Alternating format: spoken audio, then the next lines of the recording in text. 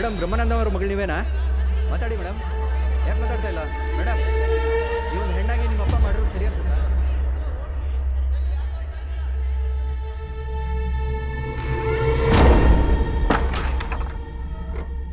ಹೇಗೆ ಹೇಳಬೇಕು ಅನ್ನೋದೇ ಗೊತ್ತಾಗ್ತಿಲ್ಲ.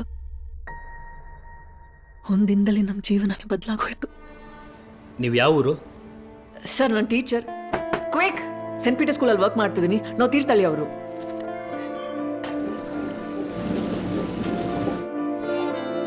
ನಮ್ಮತ್ತೆ ಏನು ಕೊಟ್ಟು ಕಳಿಸಿದ್ದಾರೆ? ಉಪ್ಪಿಟ್ಟ? ಮದುವೆಲಿ ಬೇರೆ ಏನಾದರೂ ಮೆನು ಇಟ್ಟಿರ್ತಾರಾ, ಇಲ್ಲ ಅಲ್ಲೂ ಉಪ್ಪಿಟ್ಟ? 2 ನಿಮಿಷ ವೇಟ್ ಮಾಡಿ, ಬಿಸಿ ಬಿಸಿ ಒಳ್ಳೆ ಉಪ್ಪಿಟ್ಟು ಮಾಡ್ತೀನಿ. ಒಂದಿಂದಲೇ ನಮ್ಮ ಜೀವನನೇ ಬದಲಾಗೋಯ್ತು. ಅಪ್ಪನ್ನ ಪೊಲೀಸ್ ಅರೆಸ್ಟ್ ಮಾಡಿದ್ದಾರೆ. ಎಲ್ಲಿಟ್ಟಿದ್ದಾರೆ ಅಂತಾನೆ ಗೊತ್ತಿಲ್ಲ ಅಂಕಲ್.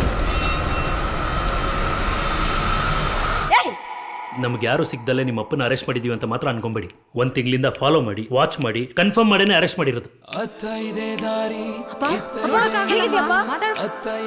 ಇಲ್ಲೋಡಮ್ಮ, ಮೀಡಿಯಾಗೆಲ್ಲ ಈ ವಿಷಯ ಲೀಕ್ ಆಗೋಕ್ಕೂ ಮುಂಚೆ ಊರ್ ಬಿಟ್ಟು ಹೋಗ್ಬಿಡಿ.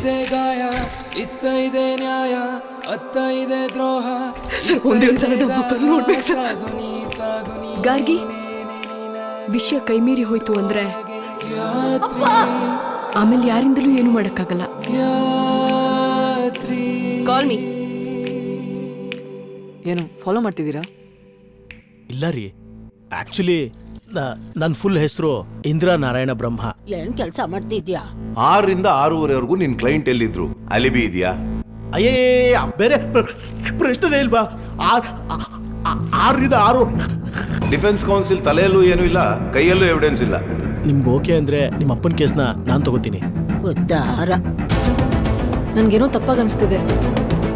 ನಾವು 1 ಹೆಜ್ಜೆ ಮುಂದೆ ಇಟ್ರೆ 4 ಹೆಜ್ಜೆ ಹಿಂದೆ ಬರುತ್ತಾರೆ ಅನಿಸ್ತಿದೆ. ನಾಳೆ ಎಲ್ಲದಕ್ಕೂ ಒಂದು ತೀರ್ಮಾನ ಸಿಗುತ್ತೆ. ವಿಧಿ ನಡೆಸ್ದಂಗಾಗ್ಲಿ. ನೀನು ಹಣೆ ಬರ ಕಾಲ ವಿಧಿ ಎಲ್ಲದನ್ನೂ ನಂಬು, ನನ್ ಮಾತ್ರ ನಂಬೇಡ. ಯಾಕೆಂದ್ರೆ ನನ್ ಗಂಡು ಹುಡುಗ ಅಲ್ವಲ್ಲ, ಹೆಣ್ಣು ತರ. ಕೇಸೇ ಇಲ್ಲದೆ ಇರೋನ್ಗೂ ಯಾವತ್ತಾದ್ರೂ ಒಂದ್ ದಿವಸ ಕೇಸ್ ಸಿಕ್ಕೇ ಸಿಗುತ್ತೆ. ಆದ್ರೆ ಇಡೀ ಸ್ಟೇಟ್ ಎದುರು ನೋಡೋ ಹಾಗೆ ಈ ತರ ಮೀಡಿಯಾ ಟ್ರಯಲ್ ಅಲ್ಲಿ ಇರುವಂತ ಕೇಸಲ್ಲಿ ನೀನು ಅಕ್ಯೂಸ್ ನ ಡಿಫೆಂಡ್ ಮಾಡಿ ಸೋತ್ ಹೋದ್ರೆ ಜೀವನದಲ್ಲಿ 1 ಕೇಸು ಸಿಗೋದಿಲ್ಲ. ಗಾರ್ಗಿ,